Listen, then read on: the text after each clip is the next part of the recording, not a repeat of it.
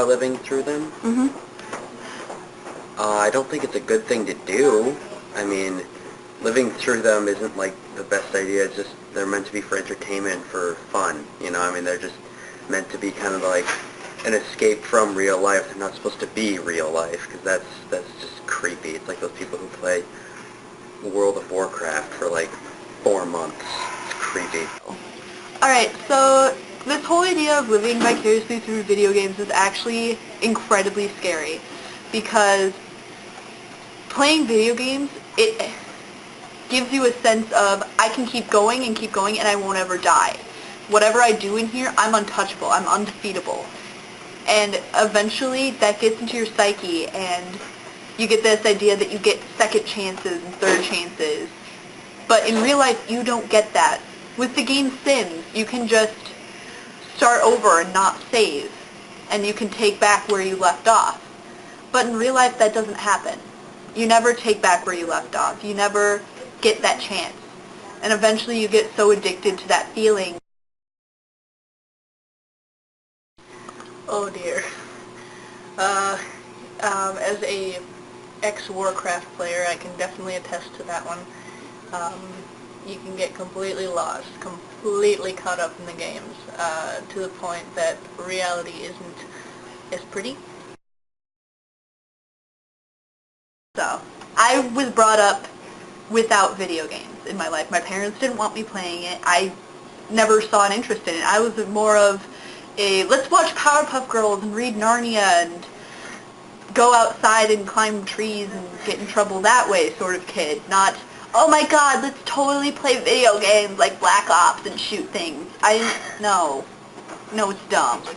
I don't know. I have favorite games like Eco, where that's kind of the point.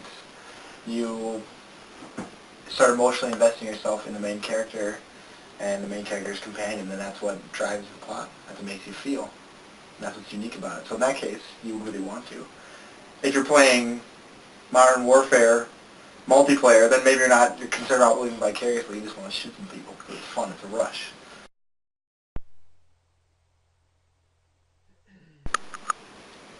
Okay, well, there's a chick in that game I mentioned earlier, Eco, named Yorda, and you're with her the entire game, and you have to hold her hand and take her everywhere, and you're like solving puzzles with her, and you develop this really like strong emotional attachment with her. Well, the one that always comes to mind first is Samus, and I always like her because she kicks ass. She's actually my favorite character in any of the Super Smash Bros. Games. Zelda is a fighter. She's also a princess. Not that I'm totally into that whole princess thing. Obviously not, by how I look right now. But, I mean, Zelda is also a very strong female character. Trinity, because she's dripping with badassery. The bride from Kill Bill, also dripping with badassery.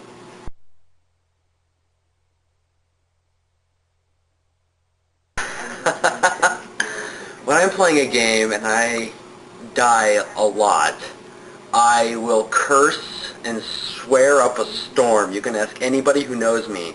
While I play a game, I will swear up a storm, but I do not get physically violent. It just becomes nonsense. It's just a string of ridiculous expletives. They don't have to mean anything. They might not even be a swear word. It might just be a word angrily uttered. Turned off the computer? I really don't get mad much in games. I suppose, by comparison, I can see the idea, you know, somebody runs you off the road, you scream and throw the controller at them, but I generally stick to PC games. Sorry. Well, when I was like 10, at my friend's house, and he beat me at Soul Calibur too many times in a row with the stupid Voldo, same move over and over. We had like this really terrible, like, girly fight. We like scratched each other. It was stupid.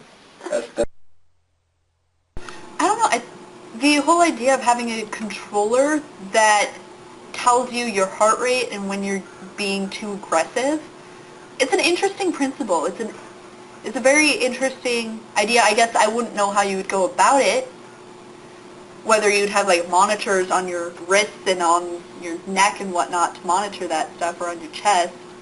I think it's definitely something science should look into. I mean, if the Japanese created Wii so that American kids wouldn't be fat, I guess they could do this too.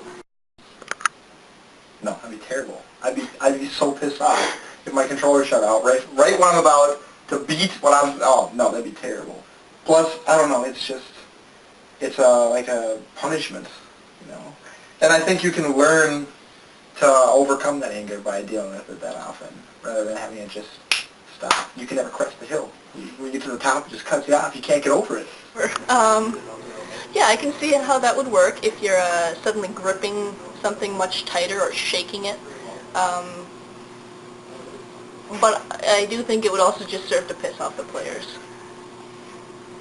I can see that as useful. I've seen people get completely out of control over a game, and as the common slogan goes, it's just a game. But for them, it's not.